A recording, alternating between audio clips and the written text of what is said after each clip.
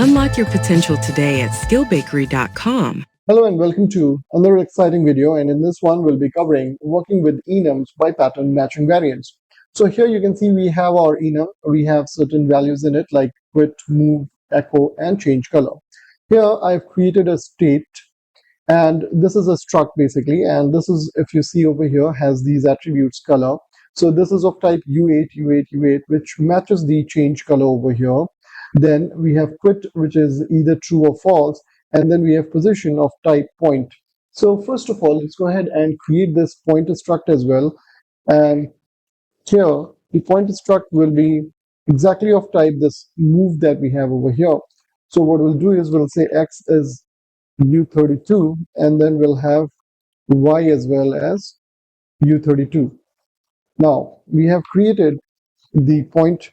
So here if you see over here, we have color, position, quit, and here we have quit, move, change color. We have one left as echo. Now what we'll do is we'll be implementing this struct. So we'll say impl and then state.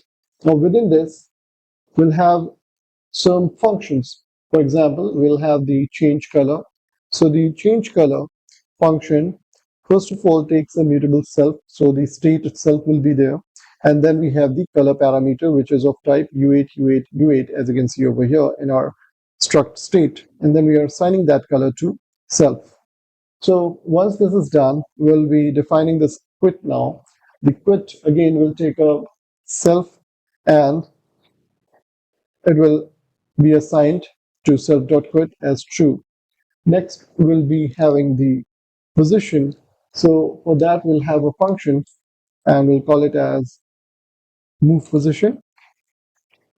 Now this move position, as you can see, takes a point parameter, and point, as you can see over here, has this attribute x and y. So that is what we are assigning over here, and move position. Now let's go ahead and create one called echo, so that we have the signature matching with our enum. So here the echo function that we have takes a string and it prints that string. So here you can see the enum that we have has echo, and that is also taking a string as an input parameter. So we have corresponding functions implemented in our struct now, and next thing that we need to do is create a method which internally will be calling the enums over here, and based on that these functions will be called. So we'll call that function as a process function, because that's going to process the messages that will pass. So here we'll have our process function, and here you can see we have the input as message itself. So message is nothing but the enum that we have, and within this process method we'll be having a match. So if the match is there for our message, we will be accordingly executing the functions. For example, as you can see over here, we have one message self.quit. Next we will say message, and then we have move, and this, if you see, takes the parameter x and y, and then calls self.move position and passes point x and y to it. And then we have the echo, which is the self echo, and we have the change color, and that's RGB value, and this RGB value will be passed over here as RGB, and let's close this with a semicolon. So we have our match, and within this match you can see we have matched the enum, and if the enum is matching, then we are calling the methods inside the struct that we have defined, and that's how we are pattern matching it over here. Now let's go ahead and create some tests so that we can see how this is working.